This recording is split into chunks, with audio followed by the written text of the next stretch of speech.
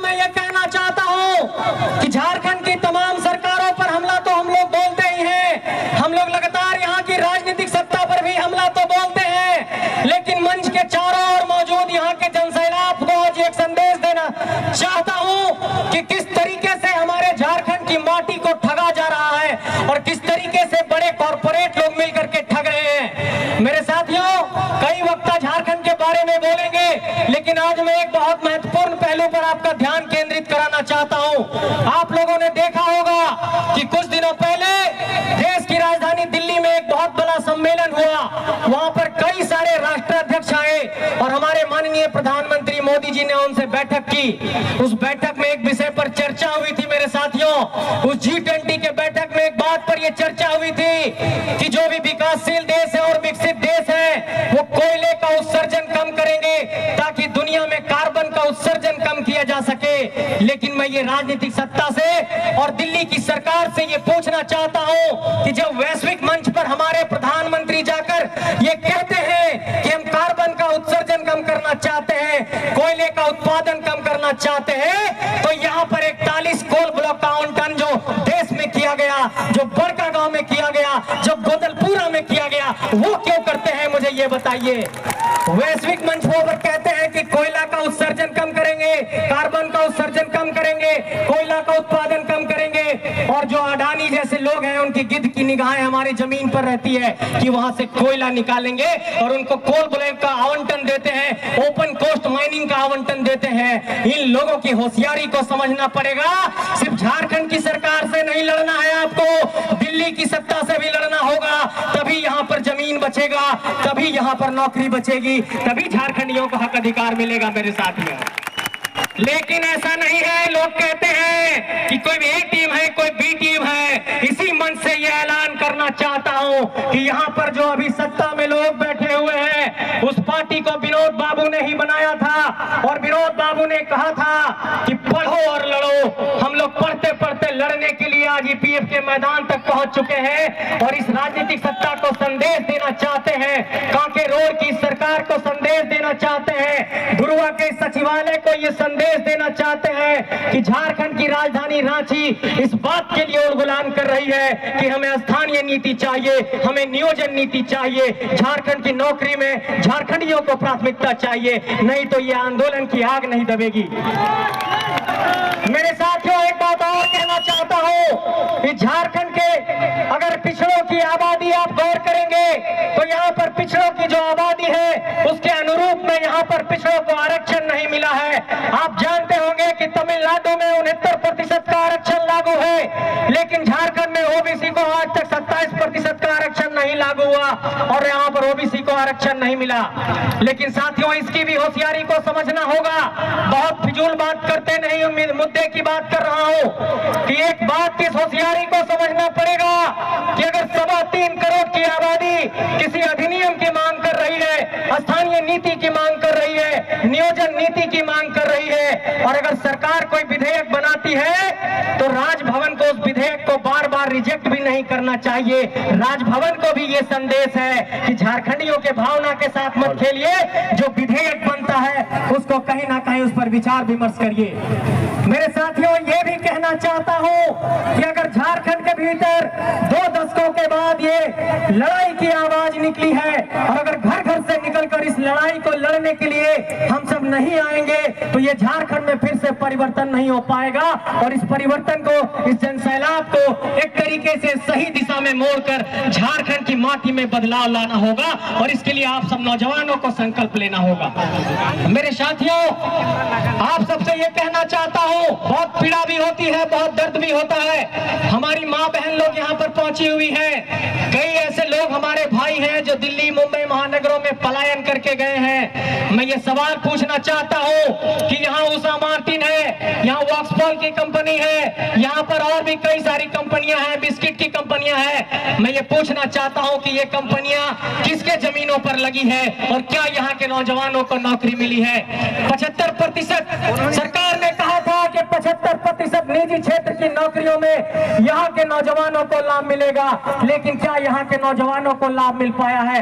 ऐसे बहुत सारे सवाल हैं जिन सवालों पर आपको गौर करना होगा। मेरे साथियों, मैं एक बात पर ध्यान दिलाना चाहता हूँ कि अगर नेतृत्व के कौशल को अगर अपनी माटी से नहीं उभारेंगे तो ये माटी चारागाह बन जाएगी। और एक बात पर आपका ध्यान दिलाना चाहता हूँ कि ये झारखंड की माटी में अगर 14 लोकसभा क्षेत्रों पर गौर करते हैं तो 14 लोकसभा में अगर गौर करेंगे तो इसी रांची की माटी को देखिए, यहाँ के सांसद झारखंड की माटी से नहीं है। बगल में आप देखिए पलामू है, वहाँ के भी सांसद बक्सर से है। बगल में हजारीबाग है, वहाँ के भी सांसद बक्सर से है। चले जाइए संथाल परगना, गोड्डा के सांसद भी भागलपुर से है। चले जाइए धनबाद, वहाँ के भी सांसद भी यूपी से है। ये सवाल हमारी माटी पर है कि जो माटी इतने बड़े बड़े वीरों को पैदा की, जिस माटी ने सिद्धू कान्हू को पैदा किया, जिस माटी ने विनोद बाबू को पैदा किया, क्या वो माटी 14 सांसद नहीं पैदा कर सकती है? क्या वो माटी 81 विधायक नहीं पैदा कर सकती है? इस सवाल पर आपको सोचना होगा मेरे साथियों। एक बात और आपको ध्यान दिलाना चाहता हूं कि हमारे लोग न्यायिक व्यवस्था में कम है, हमारे लोग अफसरशाही में कम है, हमारे लोग पुलिस व्यवस्था में कम है। और इसलिए एक रास्ता आपके पास बचता है कि अपनी माटी के लोगों को चुनकर सदन भेजिए और दिल्ली में सबसे बड़े पंचायत लोकसभा के भीतर भेजिए। यहाँ पर 81 विधायक अपने माटी से चुनिए, तभी 6 राज्यसभा के सांसद भी अपनी माटी से हो पाएंगे। और जब तक ये नहीं होगा, ये झारखंडियों का हक अधिकार लूटा जाता रहेगा। मेरे साथियों, इस बात पर आपको ध्यान देना है। मेरी माँ बहन लोग, आप लोगों से भी ये कहना चाहते हैं कि बेटियों को पढ़ाइए। और एक बात कहा था, यहाँ के बहुत बड़े एक शख्सियत हुए हमारे इलाके में, टिकलाल बाबू, टिकलाल महतो ने कहा था कि जब भी अपने विचार करने की जरूरत होगी तो जब वोट देने की बारी आए और जब बेटी देने की बारी आए तो उस पर चिंतन करिएगा। इसलिए मैं ये कहना चाहता हूँ कि वैसे लोग जो लोग यहाँ पर लूट रहे हैं झारखंड को, चाहे कि यहाँ के नौकरशाही हो, चाहे यहाँ के नेता हो, आपने गौर किया होगा कि यहाँ के नौकरशाह जेलों में बंद है जमीन लूट के मामले में। इस तरीके से कहीं ना कहीं ये दिखाई पड़ता है कि पूजा सिंघल जैसे लोग, छवि रंजन जैसे लोग, वीरेंद्र राम जैसे इंजीनियर इस झारखंड के भीतर नौकरशाही को भी दीमक लगा चुके हैं। इसलिए इस राज्य में सिर्फ नेताओं से नहीं लड़ना है, इस राज्य में नौकरशाही से भी लड़ना है। और इस लड़ाई को आप सब अंजाम देंगे। इस लड़ाई को अगर मुकाम तक पहुंचाना है तो बिना आपके सहयोग के ये लड़ाई मुकम्मल नहीं होगी। इस लड़ाई को मुकम्मल करने के लिए एक बार पुनः आह्वान कर रहा हूं कि झारखंड की इस धरती को आइए हम एक नया तेज देते हैं, एक नया आग देते हैं और घर घर से एक आंदोलनकारी पैदा करके झारखंड की धरती में गुनगुनान को पैदा करते हैं। मेरे साथियों, तैयार हैं आप सब? क्या संकल्प लेने को तैयार हैं? दोनों हाथ उठाइए, जोर से बोलिए जय झारखंड। नौजवान साथियों, आप सब तैयार हैं? मेरे साथियों, मैं ये कहना चाहता हूं कि अगर इस धरती के भीतर अगर उल गुलाम की जब भी बात आएगी और जो लोग भी ये कहते हैं कि ये नौजवान लोग राजनीति करने आ गए हैं, उनसे सीना ठोक कर कहिए कि हाँ, राजनीति करने आए हैं क्योंकि तुमने हमारे माटी को छला है। अब ये छलने की परिपाटी बंद करेंगे और पहली पंक्ति में आकर आपको चुनौती देंगे। उन लोगों को चुनौती देना सीखिए मेरे साथियों।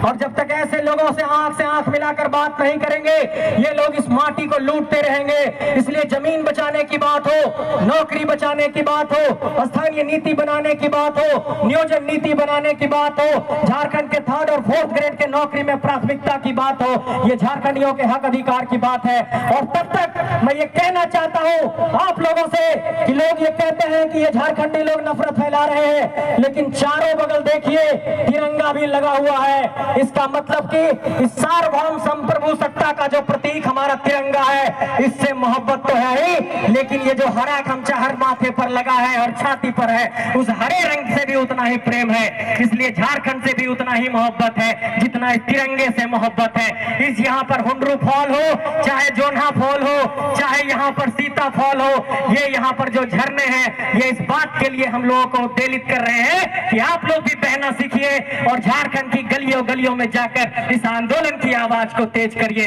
इन नदियों की तरह आपको बहना होगा, इन पेड़ों की तरह आपको हवा का अख्तियार करना होगा रुख, और इन नदियों के प्रेरणा के बल पर आप लोगों को झारखंड को एक नए दिशा में ले जाने का संकल्प लेना होगा मेरे साथियों।